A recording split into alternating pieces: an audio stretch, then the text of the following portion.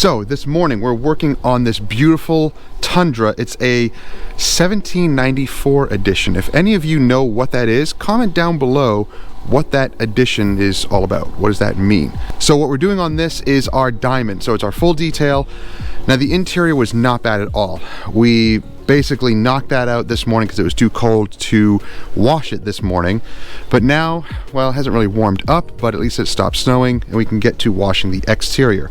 The exterior is pretty gross. Let's show you around, show you what we're using, and see some of the final results.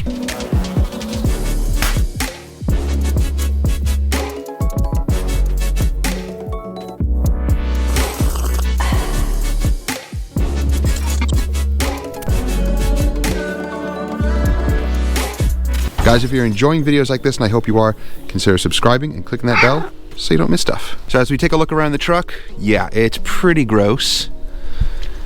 We had a ton of rain this past week, and this is definitely daily driven. Ugh, yeah. The whole front end here is really gross. So we want to clean this as safely as possible and then protect it. We'll see if the protection has lasted at all on this, because we did this truck, I think, this past summer already. And I forget what I put on it. Now, since it is chilly out, we're using our AR Blue. We did get it fixed. It had an oil leak. We were able to fix it. I have a video on that I'll put up in the corner. But we're running hot water through here, hot water in our buckets. Let's get to pre-washing first.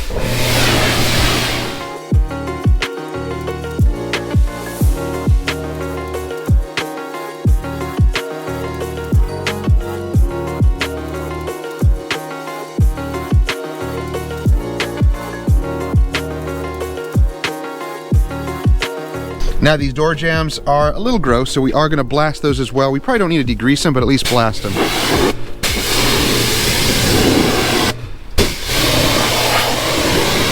Now when doing door jambs like this, you may get a little bit of overspray in the interior, which we just cleaned. Not a problem. We're going to go back in there and wipe things down.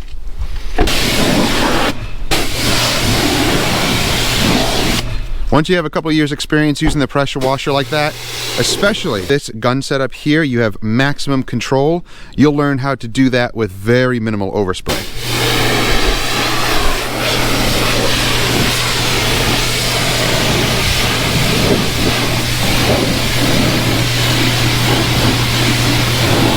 Now I'm just curious, we're going to try something. This side we're going to rinse with water and then APC rinse. The other side we're just going to APC rinse. Let's see if it makes a difference. Now I have super clean in here, diluted 1 to 10, and I'm going to do the APC rinse on this side. And again, the passenger side was rinsed with water first. Is it going to make a big difference? We'll see. Is it going to really save you that much time? We'll see.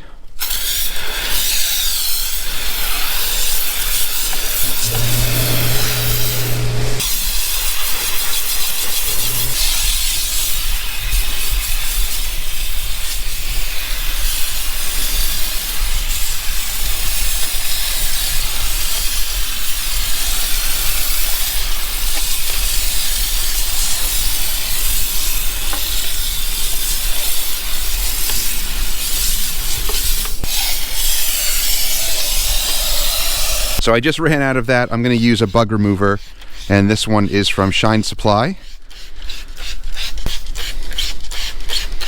Now, if we were in full sun, I would not have applied the APC onto this side without rinsing it first. So we'll see if that makes a difference, and we can get to rinsing the other side, and let's see if it makes a difference.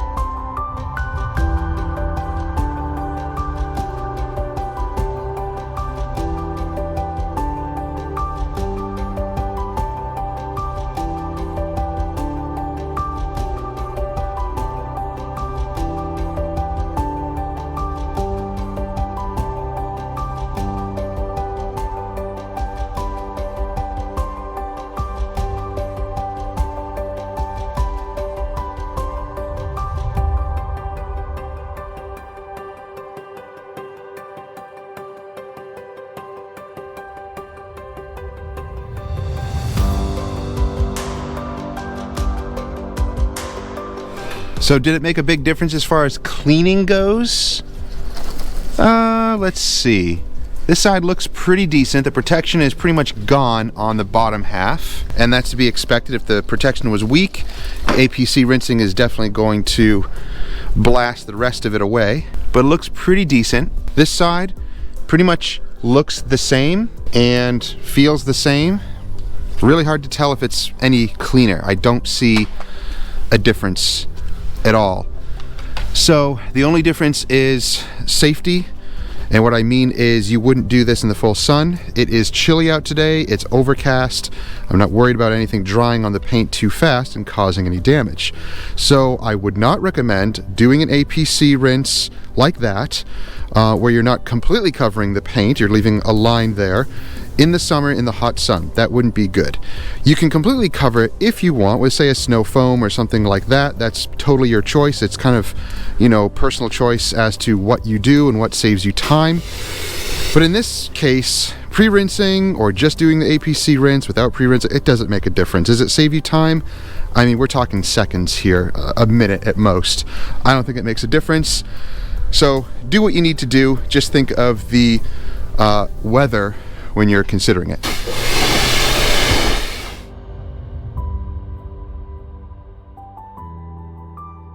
Now I'm also using my new MJJC foam cannon.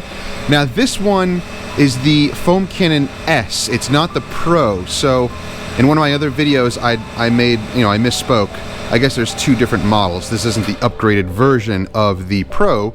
It's just a different version. So yeah, but this one is really nice, and what we're going to use is a soap that came in last month's glove box, Carmistry. This is their Atomic Suds car soap.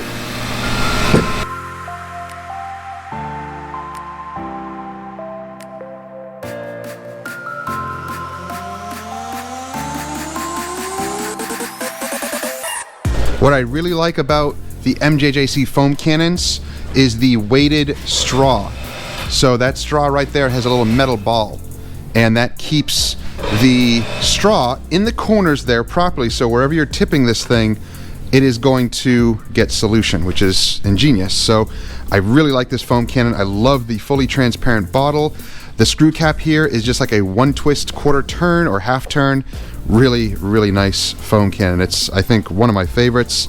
And the MJJC Pro, I think this is the Pro version 2 or something. This one is also really, really nice. So both of these are great options. You have many different options to choose from, depending on your personal choice, likes and dislikes, and budget.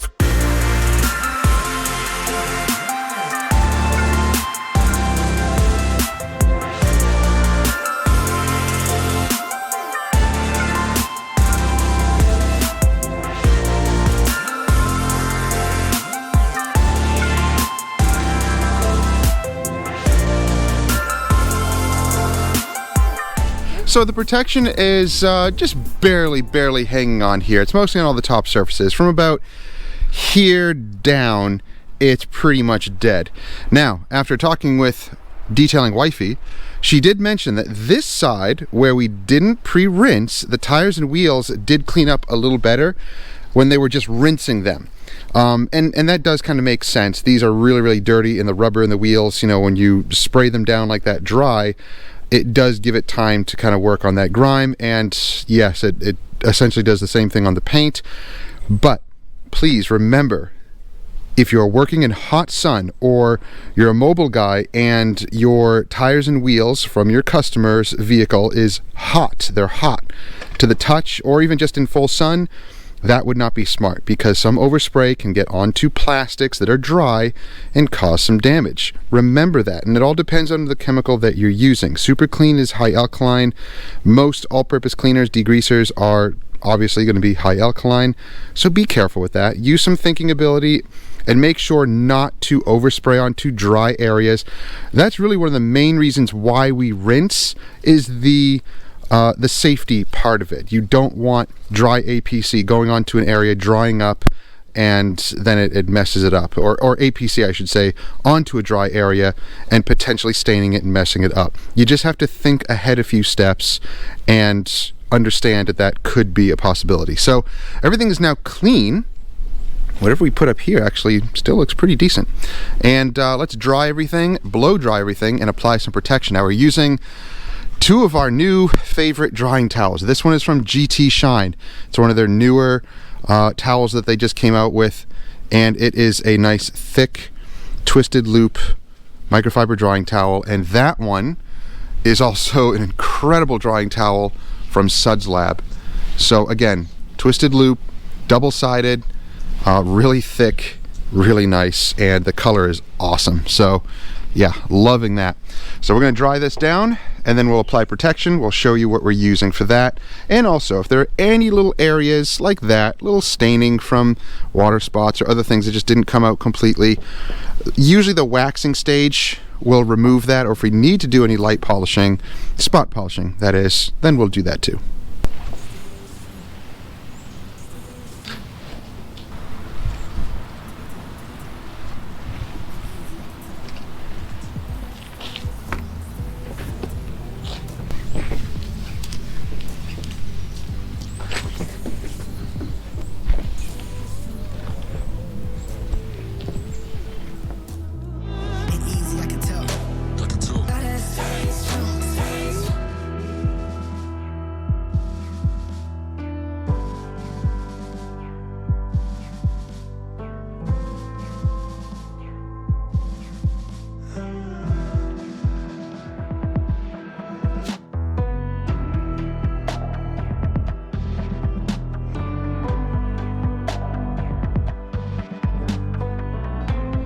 Alright, it was way too chilly out there, so we dried it. We hit all of the plastics, a windshield cowl, any of the plastics. There's actually not a ton of plastic on here, so that was the main part of it. Some in the front bumper, some in the rear bumper. Now we're going to get to protecting it. Now this is actually a vinyl, so it's an option I think the dealer can put on. So this black here is all vinyl. And you can wax right over that, you know, seal right over it, no problem. And the paint is feeling nice and smooth because we did use the clay mitt. Didn't have to use the clay bar. And yeah, it's feeling good. Now the mitt did leave a little bit of marring. There's no polishing here, so it's really not horrible, as you can see in the light here. So the bottom portions, of course, are worse.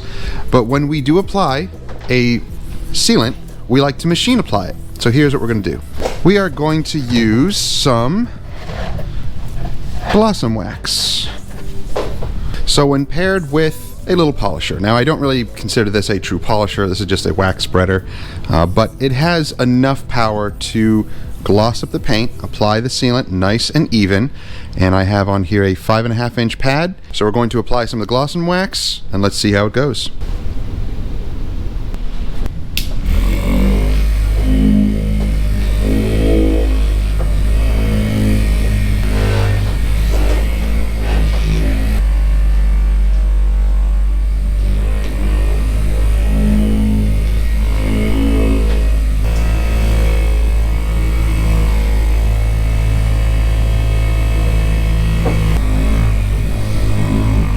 So when you start to see it kind of go dry like this and you're not seeing any of the lines anymore, then it's time to add a little bit more. Or if you already have some in your pad and it's starting to be a little saturated, press it down like so, gently, and it'll squeeze some of that sealant back out. You can go back over the area again.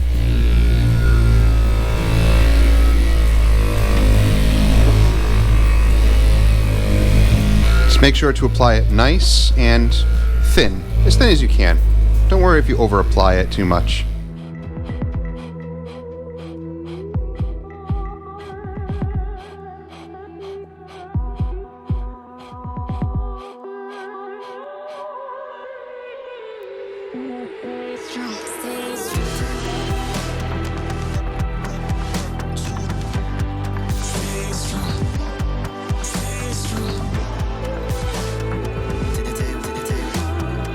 So you just need to give this maybe 5 to 10 minutes at the most. And again, it's chilly out.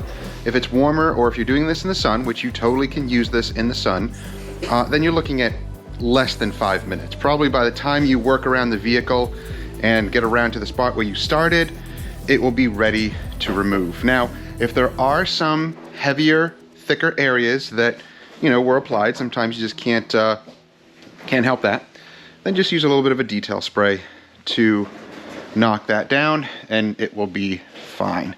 But this has a nice smooth removal and very glossy, very slick, and you'll usually get about 6 to 9 months protection on this depending on how it's cared for. Oh, it feels so good. And you can use this in conjunction with the Titan detail spray. In this case, I'm using this stuff from Suds Lab. This is their ceramic stuff, and I'm not sure if it's out yet, but they did send it to me, but they have their ceramic line that's going to be out soon. So if you do need a little bit of help removing the sealant, any sealant really, mist it on.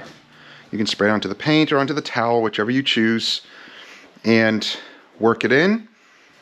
And it works in conjunction with any types of sealants and waxes. You can top ceramic coatings with it as well.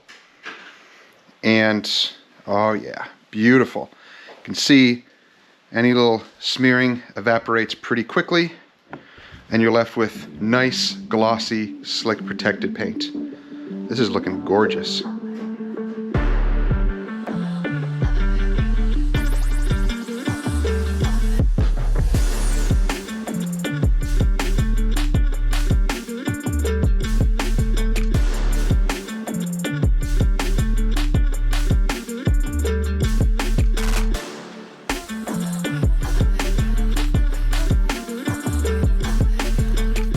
So she is looking beautiful and glossy.